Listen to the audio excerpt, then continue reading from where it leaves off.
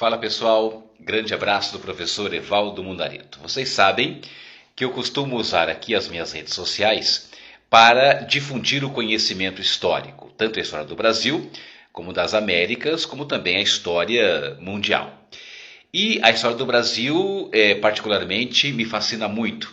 Vários momentos da história são muito interessantes e riquíssimos e merecem, né, uma análise um pouco melhor, um pouco mais aprofundada. Deixa eu comentar com vocês aqui nesse vídeo o chamado movimento abolicionista no Brasil durante o século XIX, especialmente durante o governo do imperador Dom Pedro II.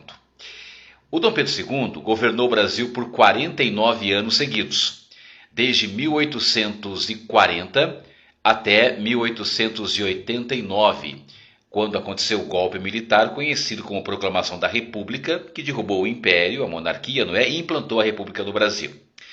Durante o segundo reinado, aconteceu o chamado abolicionismo, ou movimento abolicionista, que foi um movimento nacional em defesa da abolição da escravidão no Brasil. Foram décadas de debates, décadas de discussões acaloradas sobre a abolição da escravidão ou a sua manutenção no Brasil. É importante lembrar que vários segmentos sociais aderiram ao abolicionismo. E alguns aqui eu vou citar para vocês. Primeiro, o Exército. O Exército voltou da Guerra do Paraguai, a partir de 1870, com uma defesa do abolicionismo, porque o Exército defendia a ideia de modernização não só do próprio Exército, mas também da sociedade brasileira, e via a escravidão, o trabalho escravo, como uma anomalia, como um sinal, um sintoma de atraso na sociedade brasileira. Além do mais, muitos escravizados foram convocados para a Guerra do Paraguai e lutaram bravamente ao lado do exército brasileiro lá naquele conflito.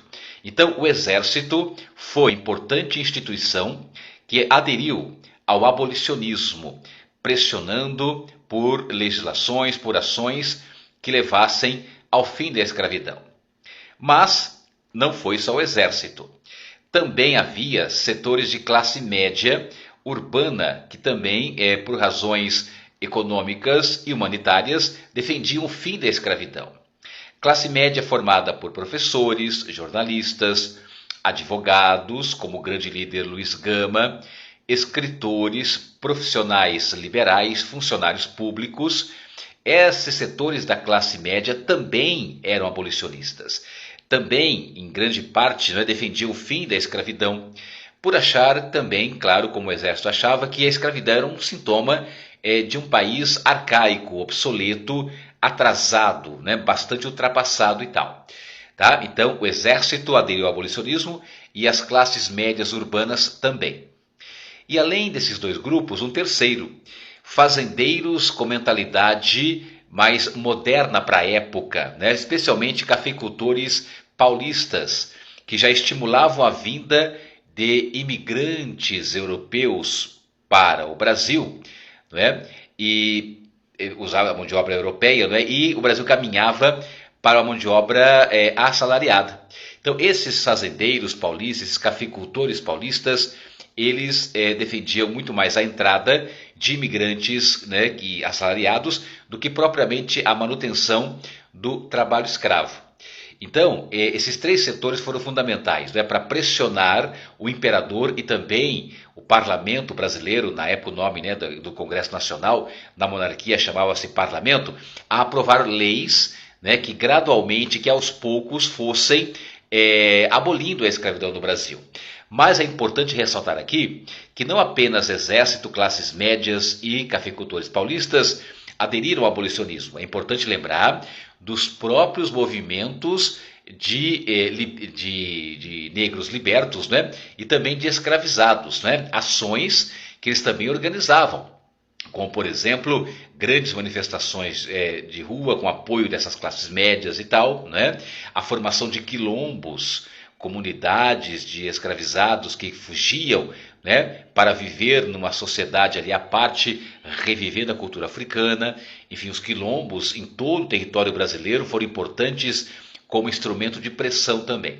Então foram sendo aprovadas várias leis, né, chamadas leis abolicionistas, né, a partir, sobretudo, de 1870, e 18 anos depois, em maio de 1888, a princesa Dona Isabel assinava a Lei Áurea, que oficialmente abolia a escravidão no Brasil.